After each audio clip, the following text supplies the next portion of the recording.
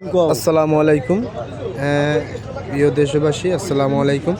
আসলে আমরা গরিব মানুষকে সাহায্য করি, 10 টাকা 5 টাকা দিয়ে সাহায্য করি, কিন্তু দেখেন কিছু মানুষ আছে যে 10টা টাকা দিছে, দেখেন এই টাকাটা চলার মতো না। তারপর যদি আরেকটা দেখাই, এটাও কিন্তু ট্যাপ মারা, এপিডো ট্যাপ।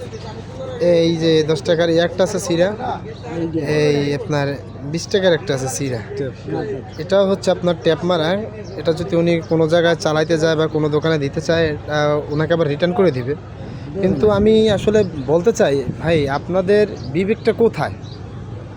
একটা মানুষকে, অসহায় মানুষকে আপনারা সাহায্য করবেন, তা না করে একটা অসহায় মানুষের সাথে আপনারা এরকম কাজটা কেন করতে আছেন? সবাই চিরাটা টাকা না দিয়ে আপনি, এটা আপনার কাছ থেকে চলে না, ওনার কাছ থেকে কি চলবে বলে?